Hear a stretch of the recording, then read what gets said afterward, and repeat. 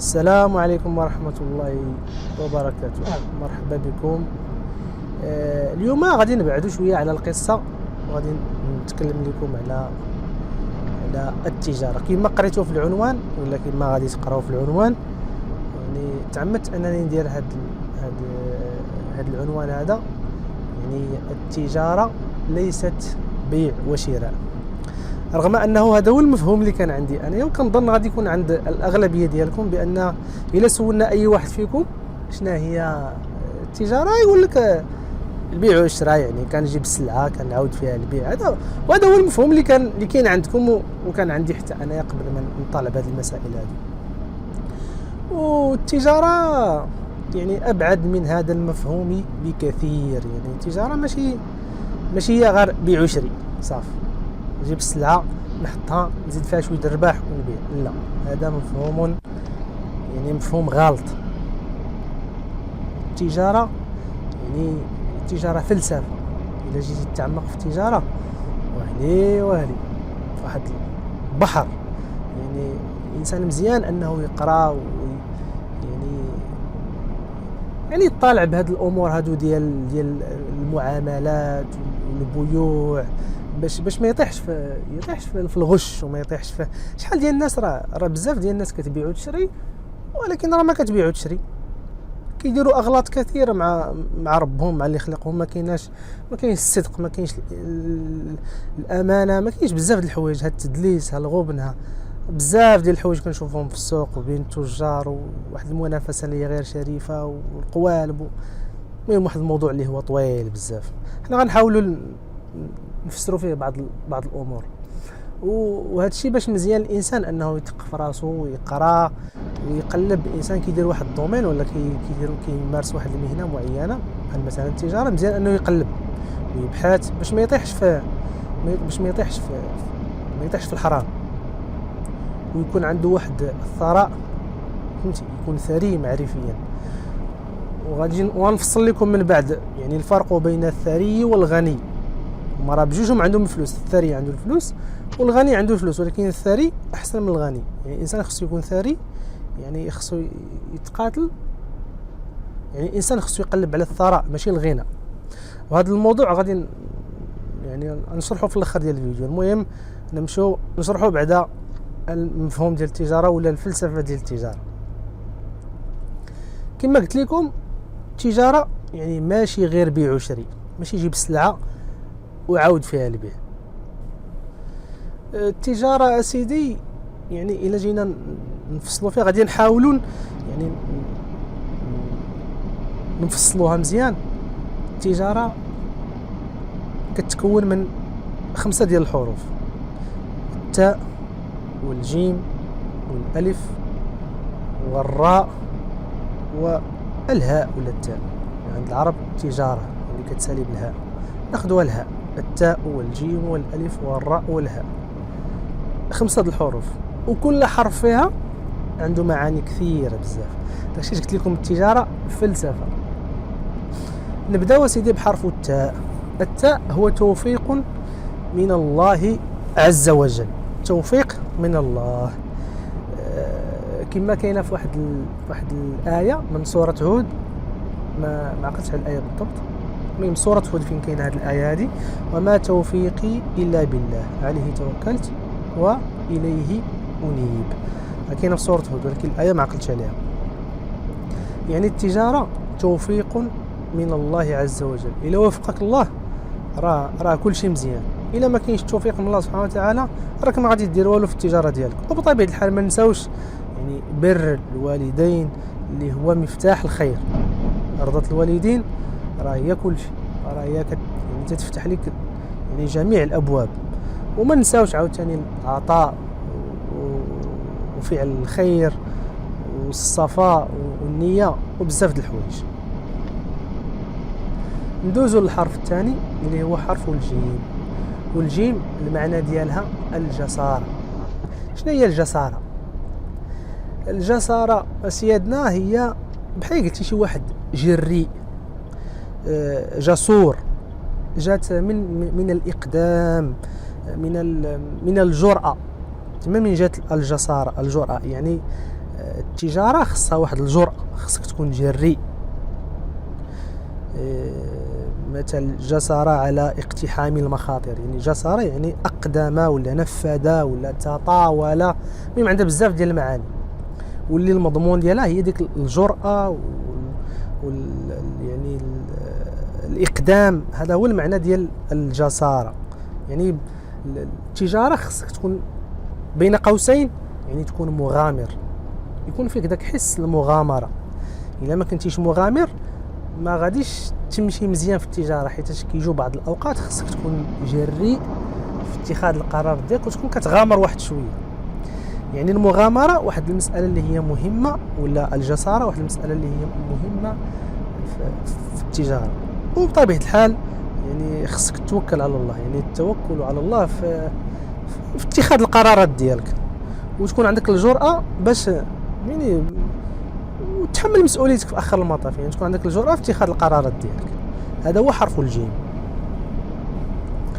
ندوزو الحرف الألف. الألف عمود التجارة. الألف سيدي هو عمود التجارة وعمود الكلام.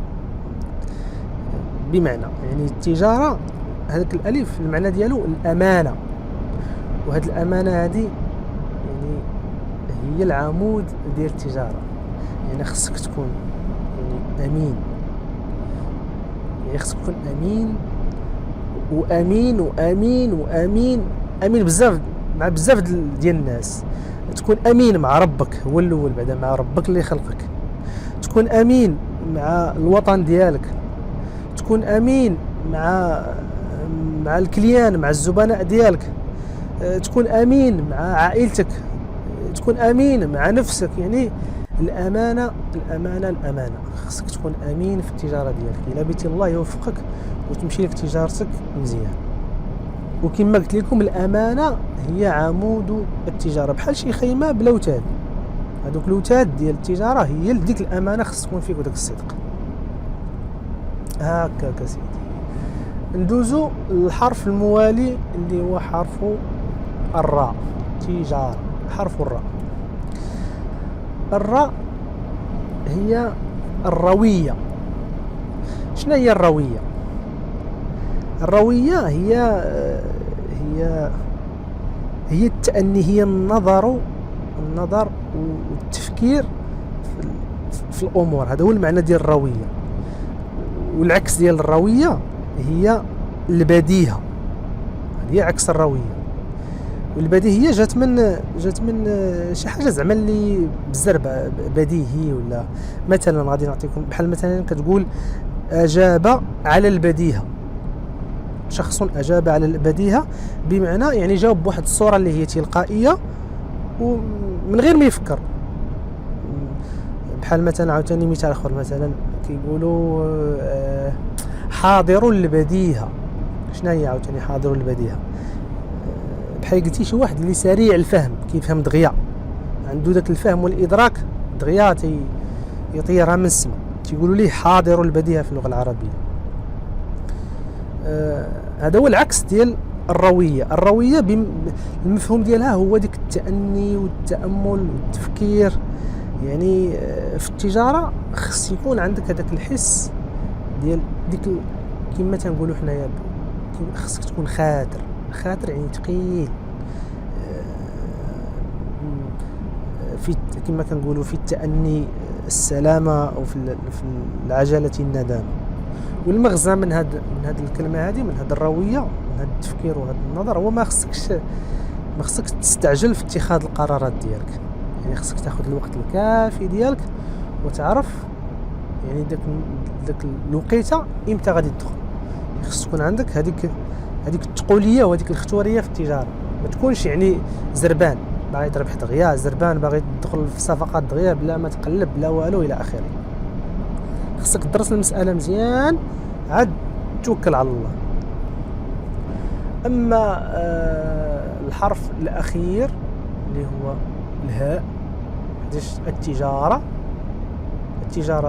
يعني عند العرب كيديروها بالهاء. تجاره يكتبوا بالهاء ولا حتى مربوطه. على العموم يعني ديك الهاء هي الهبه. يعني التجارة هبة من الله عز وجل، يعني يهبها لمن يشاء، يعني ماشي أي واحد عنده ذاك الحس ديال التجارة. كاع هاد المسائل هادو اللي ذكرنا كامل، يعني التوفيق، الجرأة، الأمانة، اش قلنا عاوتاني، الروية، الهبة، هادشي كامل توفيق من الله عز وجل. إلا وفقك الله راه مزيان. وكاينين بعض المسائل عاوتاني اللي هي بحال عامل الحظ، بحال اقتناء الفرص، تختلف من واحد لواحد. كاين اللي زاعم، كاين اللي ما زاعمش، كاين اللي كيعرف يمتى يدخل، كاين يعني ماشي بالضروره يعني الناس كاملين بحال كل واحد عنده واحد النيفو ديالو في هذه المسائل هذو. وفي هذاك اقتناء الفرص كل واحد عنده واحد الرؤيه، وواحد مخير على واحد. المهم خليك تكون قناص فرص، تعرف امتى تقتنص الفرصه، وتكون حريص وامين وصادق الى اخره من هذه المواصفات اللي ذكرنا. المهم كما قلت لكم، يعني التجاره بعيده كل البعد على المفهوم الكلاسيكي العادي التقليدي اللي كنعرفوا حنا كاملين، اللي هو البيع والشراء. التجاره بعيده كل البعد على هذا التعريف البسيط، وانما هي فلسفه كما قلت لكم، واحد المصطلح اللي هو كبير بزاف. يعني خصك هادشي دابا اللي ذكرنا راه غير واحد الحاجات اللي هي يعني بسيطه جدا. اما التجاره راه الا جيتي تتعمق فيها خصك ساعات طويله جدا باش تفصل فيها مزيان، وما غاديش تفصل فيها. ندوزو للمفهوم اللي قلت لكم في الاول ديال الفيديو، شنو هو الفرق بين الغني والثري. كما قلت لكم الغني والثري بجوجهم عندهم الفلوس، لا الغني لا الثري. ولكن علاش الثري افضل من الغني؟ علاش في نظركم؟ لان الغني او عنده الفلوس ياك، ولكن الا حيدتي ليه الفلوس صعيب يولي غني عاوتاني. يعني راه هو عنده الفلوس، تزاد مثلا عنده الفلوس، ما عندوش، جاتو شي ورثه الفلوس موجوده. ولكن الثري لا، الثري عنده الفلوس وعنده العلم، عنده واحد الرصيد معرفي. يعني هذا قاعد تحيد ليه الفلوس، يعني عنده واحد الغنى ثقافي، عنده واحد الثراء معرفي، عنده بزاف د الحوايج في راسو، عنده علاقات اجتماعيه، عنده فهمتي، عنده صدق. كاينه امور ربانيه كتدخل في هذه المسائل هذو. داكشي علاش الثراء، الغنى والثراء مختلفين. داكشي علاش الانسان خصو يركز على الثراء اكثر من الغنى. تخدم على راسك، ماشي غير تجمع الفلوس صافي تبقى خدام، خصك تقرا، خصك تثق في راسك، فهمتي، يعني تعلم. يعني خصو يكون عندك واحد الثراء معرفي وفكري. الفلوس بلا علم وبلا اخلاق وبلا صفات حسنه راه غتدي بك غير الهاويه. واحد عنده الفلوس، ما مربي، ما مخلق، ما عنده علم، ما عنده والو، هاد الفلوس هذه راه تخرج عليه. ماشي بحال واحد عنده الفلوس، عنده العلم، عنده الايمان، عنده الاخلاق، كيخاف من الله سبحانه وتعالى. اكيد هاد الفلوس هذه ما غاديش تدي به الهاويه، اكيد غادي تنفعو، وغادي يعني غادي تمشي به غير الحوايج الزوينه. الفلوس الا كانت مقترنه بالعلم وبالاخلاق راه مزيانه.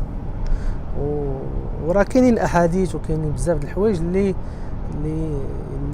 كتصب في هذه المساله هذه اللي تنقول لكم. بحال مثلا اليد العليا خير من اليد السفلى. اليد اللي كتعطي ماشي هي اللي كتاخذ، هذه خير من هذه. كاينه ولا ما كايناش؟ واللي كيقول لك الفلوس اخنز الدنيا، غير راهم لينا وليد، راهم بغيناهم. وكاين واحد المساله اخرى سميتو مشات ليا، نعم المال الصالح بيد العبد الصالح. يعني الله سبحانه وتعالى كيبغي المال الصالح تكون في واحد اليد ديال واحد العبد اللي هو صالح. يعني غادي يحسن التدبير ديالها والانفاق، غادي يكون يعني واحد الرشد في الانفاق، وواحد حسن التدبير الى اخره. وكاينه مساله اخرى عاوتاني، واحد المقوله مشهوره ديال عمر بن الخطاب لو كان الفقر رجلا لقتلته. كنظن واقيلا كاملكم كتعرفوها. مسألة أخرى، حاجة أخرى، شنو هي؟ إن أكرمكم عند الله أتقاكم. يعني الكرم في العطاء، الصدقات، هادشي كامل زوين. وكاين واحد سميتو، كاين واحد الحديث ديال أبو هريرة على ما أعتقد، ما قلتش سامحوني إن أخطأت. المهم اللي عارف الحديث يكتبوا لنا، ديال خفت لا نغلط فيه. الغني الشاكر، الغني الشاكر، الغني الشاكر خير من الفقير الصابر. الغني الشاكر خير من الفقير الصابر. هذاك الغني هذاك الغني وهذاك الفقير راه كيديروا الاعمال بجوج، ولكن هذاك الغني ديما يقدر يفوتوا في الصدقات، يفوتوا لان داك الشيء هو عنده المال ما يصدق، يعني ديما نفايتو. وزائد واحد المساله اخرى اللي كتخليه يعني كما كيقول ابو هريره افضل من الفقير الصابر، هي انه عنده الفلوس. بما انه عنده الفلوس عنده القدره على فعل المعاصي، ولكن عافاه الله منها واستبدلها بالطاعات. داكشي علاش هو كيقولوا سولوه شكون اللي احسن، واش الغني الشاكر ولا الفقير الصابر؟ فضل الغني الشاكر على الفقير الصابر. وقيلا غادي نكملوا هنا ونضرب لكم موعدا في حلقة أخرى إن شاء الله. السلام عليكم ورحمة الله.